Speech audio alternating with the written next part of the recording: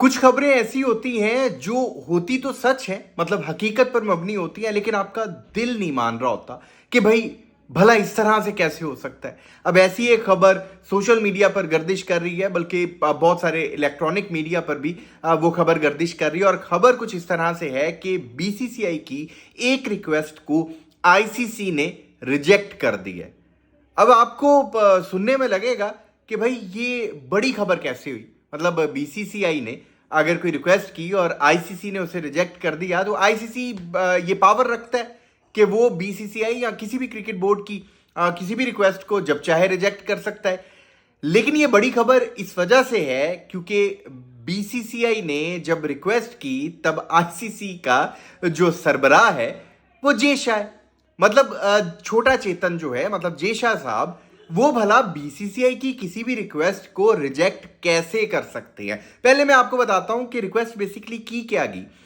BCCI ने ये request की थी कि डब्ल्यूटीसी का जो फाइनल होता है इसे आप रोटेट करें। मतलब पिछले जो 3 डब्ल्यूटीसी के फाइनल हुए हैं वो सिर्फ और सिर्फ इंग्लैंड में हुए हैं। तो बीसीसीआई का ये कहना था कि भाई आप ये जो डब्ल्यूटीसी के फाइनल होता है इसे रोटेट करें, मतलब कभी आप इंग्लैंड में करवाएं, कभी इंडिया में करवाएं, तो कभी ऑस्ट्रेलिया में करवाएं। क्योंकि जब आप एक ही वेन्यू रखते हैं या एक ही जगह पर आप फाइनल करवाते हैं तो फिर किसी ना किसी टीम को कोई ना कोई एज मिलता है। अब जाहिर सी बात है कि हम सब जानते हैं कि ऑस्ट्रेलिया को डब्ल्यूटीसी के फाइनल में एज तो मिलता है क्योंकि उन कंडीशंस पर वो ऑलरेडी खेल चुके होते हैं।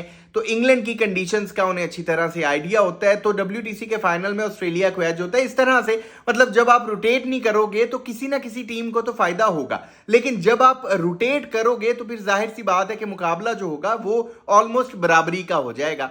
लेकिन बीसीसीआई की इस रिक्वेस्ट को रिजेक्ट कर दिया गया है। बल्कि इंडियन मीडिया और जो इवन के इंग्लैंड मीडिया है वो इस तरह की खबरें लगा रहा है कि आईसीसी ने ऑलरेडी इंग्लैंड क्रिकेट बोर्ड को ये बात कह दी है कि 2027 का डब्ल्यूटीसी का फाइनल, 2029 का डब्ल्यूटीसी का फाइनल, इवन के 2031 का डब्ल्यूटीसी का फाइनल भी इंग्लैंड ही करवाएगा। तो आप जरा तगड़े हो जाएं। अब हर कोई इस बात को लेकर हैरान है कि भाई बीसीसीआई की इस रिक्वेस्ट को छोटे चेतन साहब यानी कि जे शाह साहब भला किस तरह से रिजेक्ट कर सकते थे। अब इसके अंदर की स्टोरी क्या है, इनसाइड स्टोरी, तो वक्त ही हमें बताएगा। लेकिन फिलहाल ये बात हर किसी को परेशान भी कर रही है और हैरान भी कर रही है। आप